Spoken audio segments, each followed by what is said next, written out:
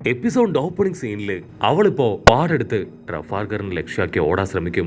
ഉടനെ അവളുടെ അസിസ്റ്റൻസ് അവളെ പിടിച്ചു വെക്കും. മാഡം പ്ലീസ്, അവൾ പറയുന്നത് ഒന്ന് സമാധാനമായിട്ട് കേൾക്ക്. ഈ സമയത്ത് നീ അവിടേക്ക് പോയി കഴിഞ്ഞാൽ അവൻ നിന്നെ കഷ്ണം കഷ്ണമാക്കും. അവരങ്ങനെ പരസ്പരം മൽപ്പിടിക്കുമ്പോഴായിരിക്കും നമ്മുടെ ആൾക്കാർ അവരിപ്പോ അവിടേക്ക് എത്തുക.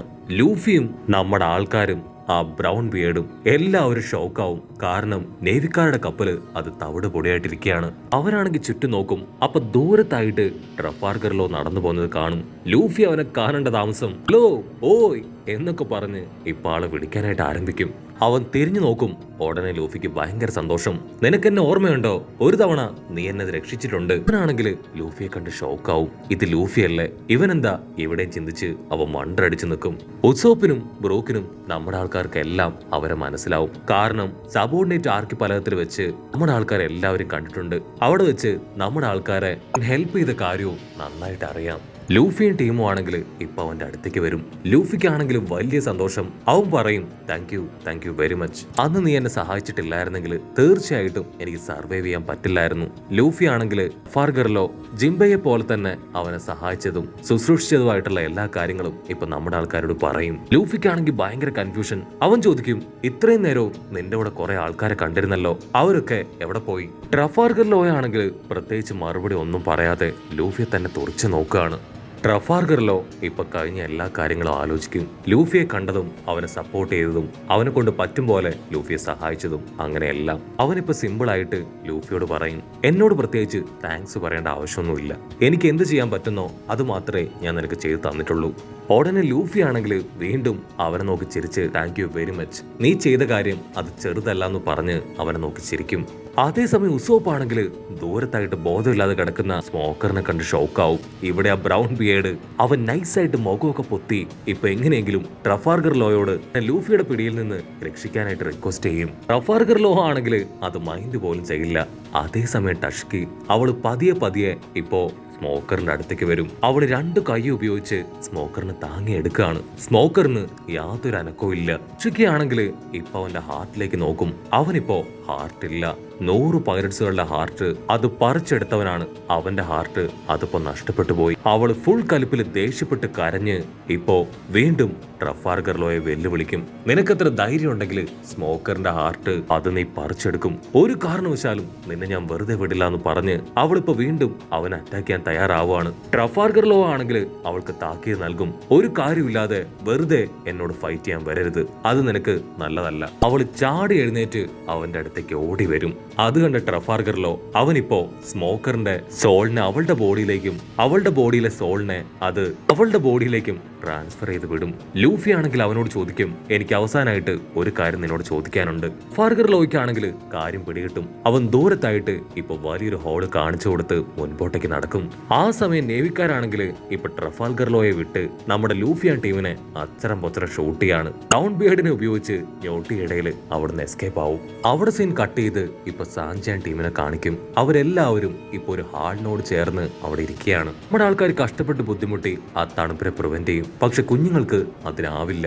ഉടനെ ആ സാമുറായി, നിങ്ങളൊരു കാര്യം ചെയ്യ്, കയ്യിൽ കിട്ടുന്ന ഇല, കമ്പ്, വലിയ കല്ലുകള് അതെല്ലാം തന്നെ തലയിലെടുത്ത് വെക്കാൻ പറയും. അവൻ എന്തിനാണ് അങ്ങനെ പറയുന്നതെന്ന് മനസ്സിലായില്ലെങ്കിലും ഫ്രാങ്കി ആണെങ്കിൽ അവനെ കൊണ്ട് പറ്റും പോലെ കല്ലൊക്കെ എടുത്ത് ഇപ്പൊ ഓരോരുത്തരുടെ തലയിൽ വെച്ച് കൊടുക്കും. കല്ലെല്ലാം എടുത്തു വെച്ച് കഴിഞ്ഞ് ഇപ്പൊ സാമുറായി അവന്റെ വാ വെച്ച് എന്തോ ഒന്ന് ചെയ്യാണ്. അവനത് ചെയ്യേണ്ട താമസം എല്ലാവരുടെയും ബോഡിയിൽ വിന്റർ കോട്ടും ഗ്ലൗസ് ഒക്കെ വരികയാണ്. ആക്ച്വലി ഈ സാമുറായും ഡെവൽ ഫ്രൂട്ട് കഴിച്ചിട്ടുണ്ട്. പവറിലാണ് ഇതെല്ലാം അവൻ ക്രിയേറ്റ് ചെയ്തിരിക്കുക.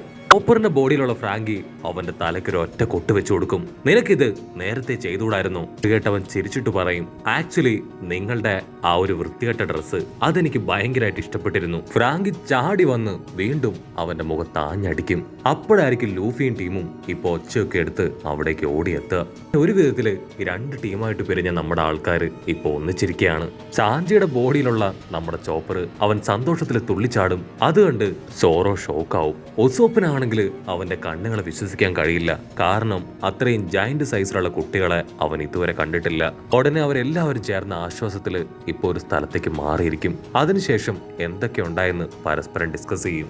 സാഞ്ചിയുടെ ബോഡിയിലുള്ള നമ്മുടെ ചോപ്പർ അവനാണെങ്കിൽ ഇപ്പോ നാമിക്ക് ട്രീറ്റ്മെന്റ് കൊടുക്കുകയാണ്. നാമിയുടെ മൂക്കിൽ നിന്ന് ഒരുപാട് ബ്ലഡ് പോയി കഴിഞ്ഞു. അതേസമയം ആ സാമുറായി അവനാണെങ്കിൽ 2 കാലും തിരിച്ചു കിട്ടിയ സന്തോഷത്തില് തുള്ളിച്ചാടും. ലൂഫിക്കാണെങ്കിൽ ഇപ്പൊ ഭയങ്കര സങ്കടം. അവന്റെ കാലുകൾ പോയെന്ന് പറഞ്ഞ് അവൻ പൊട്ടിക്കരയും. മറ്റൊരു ഭാഗത്ത് കുഞ്ഞുങ്ങളെല്ലാവരും ചേർന്ന് ഇപ്പൊ ഫ്രാങ്കിയുടെ ബോഡിയിൽ എടുത്തു ചാടി കളിക്കുകയാണ്. അവർക്ക് ഫ്രാങ്കിയുടെ ബോഡി ഒത്തിരി ഇഷ്ടമായി. ഫ്രാങ്കിയുടെ ബോഡിയിലാണെങ്കിൽ ഇപ്പൊ നാമിയാണുള്ളത്. അവൾക്കാണെങ്കിൽ അതൊന്നും തീരെ ഇഷ്ടാവാതെ അവൾ ആ കുഞ്ഞുങ്ങളോട് ദേഷ്യപ്പെട്ട് അവരെ അകറ്റി നിർത്തും. അതേസമയം ഇവിടെ ലൂഫിയോട് ആരൊക്കെ ആരുടെ ബോഡിയിലാണ് ഉള്ളതെന്ന് നാമി വ്യക്തമായിട്ട് പറഞ്ഞു കൊടുക്കും. നാമിയാണെങ്കിൽ ഇപ്പൊ സാഞ്ചിയോട് പറയും, ഇനി നീ എന്റെ ബോഡിയിൽ ടച്ച് ചെയ്ത 20,000 ബറീസ് എനിക്ക് പെനാൽറ്റി ആയിട്ട് തരേണ്ടി വരും. ഇമോഷൻസ് കൺട്രോൾ ചെയ്യാതെ എന്റെ മൂക്കിൽ നിന്ന് ബ്ലഡ് പോയാൽ അതിന് അഡീഷണൽ ആയിട്ട് വീണ്ടും നീ എനിക്ക് ബറി തരേണ്ടി വരും. ഉസോപ്പ് ലൂഫി ആണെങ്കിൽ അതൊക്കെ കേട്ട് പൊട്ടിച്ചിരിക്കും. നാമിയുടെ കൺട്രോൾ പോയി അവളിപ്പോ അവരോട് ദേഷ്യപ്പെടും. അതിനുശേഷം നടന്ന എല്ലാ കാര്യങ്ങളും അവർ പരസ്പരം പറയാണ്. ആക്ച്വലി ഈ ഒരു സാമുറായും ടീമും അവരിവിടേക്ക് വന്നു. അവൻ വാനോ കിൻഡത്തിലെ ഒരു സാമുറായി ലീഡറാണ്. അവൻ ബ്രൗൺ ബിയർഡ് ടീമിലെ പൈററ്റ്സുകളെ അറ്റാക്ക് ചെയ്തു. അങ്ങനെ ഉണ്ടായ ഫൈറ്റില് ആക്ച്വലി ഈ സാമുറായുടെ ടീമിലുള്ള ആരോ ഒരാള് അവരുടെ ബോസിനെ കോണ്ടാക്ട് ചെയ്തപ്പോഴാണ് ലൂഫിയുടെ സ്നെയിലില് അത് കണക്ട് ആയത്. സോ അവനെ ഹെൽപ്പ് ചെയ്യാനായിട്ട് നമ്മുടെ ആൾക്കാരും ഇവരും ഈ സാമുറായി ടീമും അങ്ങനെ എല്ലാവരും ഇവിടേക്ക് എത്തി. ആക്ച്വലി ഈ ഒരു സാമുറായി അറ്റാക്ക് ചെയ്തത് അത് ബ്ലാക്ക് ബിയർഡിന്റെ ഫ്രണ്ട് ആയിട്ടുള്ള ട്രഫാർഗർ ലോ ആണ്. ആളാണ് ഇവനെ കഷ്ണം കഷ്ണമായിട്ട് വെട്ടിയിട്ടത്. ഈ സാമുറായി അവിടേക്ക് വന്നത് അത് മറ്റൊന്നിനു വേണ്ടിയല്ല, അവന്റെ കാണാതായ കുഞ്ഞിനെ അന്വേഷിച്ചാണ്. ഇത്രയും കുഞ്ഞുങ്ങളെ അവിടുന്ന് കണ്ടെത്തി. സോ എനിക്ക് ഉറപ്പുണ്ട് ആ ബിൽഡിങ്ങിൽ തന്നെ എവിടെയോ എന്റെ മകനും ഉണ്ട്. സാഞ്ചി ചോദിക്കും, അതൊക്കെ ഇരിക്കട്ടെ, നിന്നെ ഈ ഗതിയിലാക്കി മാറ്റിയത് അതാരാണ്? അതിനവൻ പറയും, അതാ ട്രഫാർഗർ ലോ വയർലോഡാണ്. ലൂഫി ആണെങ്കിൽ ഷോക്കാവും. അവൻ വയർലോഡാണെന്നുള്ള കാര്യം ലൂഫിക്ക് ടീമിനും അറിയില്ല. അവനാണെങ്കിൽ നിർത്താതെ പറയും, അവൻ നേരെ വന്ന് എന്നെ അറഞ്ചം പുറഞ്ചം വെട്ടി എന്റെ തല കോൾഡുള്ള പ്രദേശത്തിൽ വീണു. കാലുകൾ രണ്ടും എവിടേക്കോ ഓടി അവസാനം ഫയറിന്റെ അടുത്തേക്ക് എത്തി. അതിനുശേഷം കാലുകള് ആ ബീസ്റ്റിന് മുൻപിൽ ചെന്നുപെട്ടു. ലൂഫിക്കാണെങ്കിൽ അപ്പോഴും ഭയങ്കര സംശയം, ഇവന്റെ തല കൊണ്ട് സംസാരിക്കാൻ പറ്റും, പക്ഷെ താഴെയുള്ള 2 കാലുകള് അതുപയോഗിച്ച് എങ്ങനെ ഇവൻ സംസാരിച്ചു? അപ്പോഴായിരിക്കും അവൻ പറയാ, ഞാൻ ബോംബിട്ട് ഗ്യാസ് ഒക്കെ റിലീസ് ചെയ്താണ് സംസാരിച്ചുകൊണ്ടിരുന്നത്. ലൂഫിക്കാണെങ്കിൽ ഒരു സെക്കൻഡ് അത് കേട്ട് ബോധം പോവും. ഉടനെ ബ്രൂക്ക് പറയും, ഓ മൈ ഗോഡ്, അപ്പൊ ഞാൻ കണ്ട ആ ഒരു ഉടല് അത് നിന്റെ ആയിരുന്നോ? സാമുറായി ആണെങ്കിൽ അത് കേട്ട് ഷോക്കാവും. എവിടെയുണ്ട് എന്റെ ഉടല്? അത് നീ എവിടെയാ കണ്ടേ? എനിക്ക് എത്രയും പെട്ടെന്ന് അത് തിരികെ പിടിക്കണം. അങ്ങനെ സീൻ ബ്ലാക്ക് ഔട്ട് ചെയ്ത് ഇപ്പൊ നമ്മുടെ സ്മോക്കറിനെ കാണിക്കും. അവനാണെങ്കിൽ കൂഞ്ഞിക്കൂടി ഒരു സ്ഥലത്തിരിക്കുകയാണ്. അവന്റെ അസിസ്റ്റൻസിന് അത് വിശ്വസിക്കാൻ കഴിയില്ല. കാരണം സ്മോക്കറിന്റെയും ടഷിക്കയുടെയും തോളുകൾ തമ്മിൽ ചേഞ്ച് ആയത്. അസിസ്റ്റൻസിനാണെങ്കിൽ എന്താ പറയണ്ടെന്ന് അറിയില്ല. ക്യാപ്റ്റൻ, നിങ്ങളിപ്പോ ഓക്കെ അല്ലേ? നിങ്ങളുടെ ഹാർട്ട് അത് നിങ്ങൾക്ക് നഷ്ടപ്പെട്ടതില് ഓടിക്ക് പ്രത്യേകിച്ച് കുഴപ്പമൊന്നുമില്ലല്ലോ? അതിനവൻ പറയും, കുഴപ്പമൊന്നുമില്ല. അപ്പോഴായിരിക്കും അവരൊരു കാര്യം ശ്രദ്ധിക്കുക, ഇത് ടഷിക്കയാണെങ്കിൽ അപ്പൊ ടഷിക്കയുടെ ബോഡിയിൽ നമ്മുടെ സ്മോക്കർ ആയിരിക്കില്ലേ? അവർ ടേൺ ചെയ്ത് നോക്കും. ടഷിക്കയുടെ ബോഡിയിൽ സ്മോക്കർ അങ്ങനെ ടെററായിട്ട് സ്മോക്ക് ചെയ്ത് നിൽക്കുകയാണ്. ഉടനെ സ്മോക്കർ പറയും, CC എന്ന് പേരുള്ള ഒരു ഷിപ്പ് ഈ ബേസിന് പുറകിൽ ഒളിപ്പിച്ചു വെച്ചിട്ടുണ്ട്. ട്രഫാർഗർ ലോയെ ഇവിടെ കണ്ട സ്ഥിതിക്ക് അവന്റെ ഫ്രണ്ട് ആയിട്ടുള്ള സർക്ലോൺ അവനും ഇവിടെ തന്നെ ഉണ്ടാവണം. അവനൊരു സയന്റിസ്റ്റ് ആണെന്ന് പറഞ്ഞ് സീൻ അവിടെ നിന്ന് അങ്ങനെ സൂം ഔട്ട് ചെയ്ത് ആ ഒരു മാസ്റ്ററിനെ കാണിക്കും. ഉടനെ ട്രഫാർഗർ ലോ അവനിപ്പോ അവന്റെ കൊളീഗിന്റെ അടുത്ത് വരുന്നതോട് കൂടെ ഈ ഒരു എപ്പിസോഡും അവസാനിക്കുന്നു.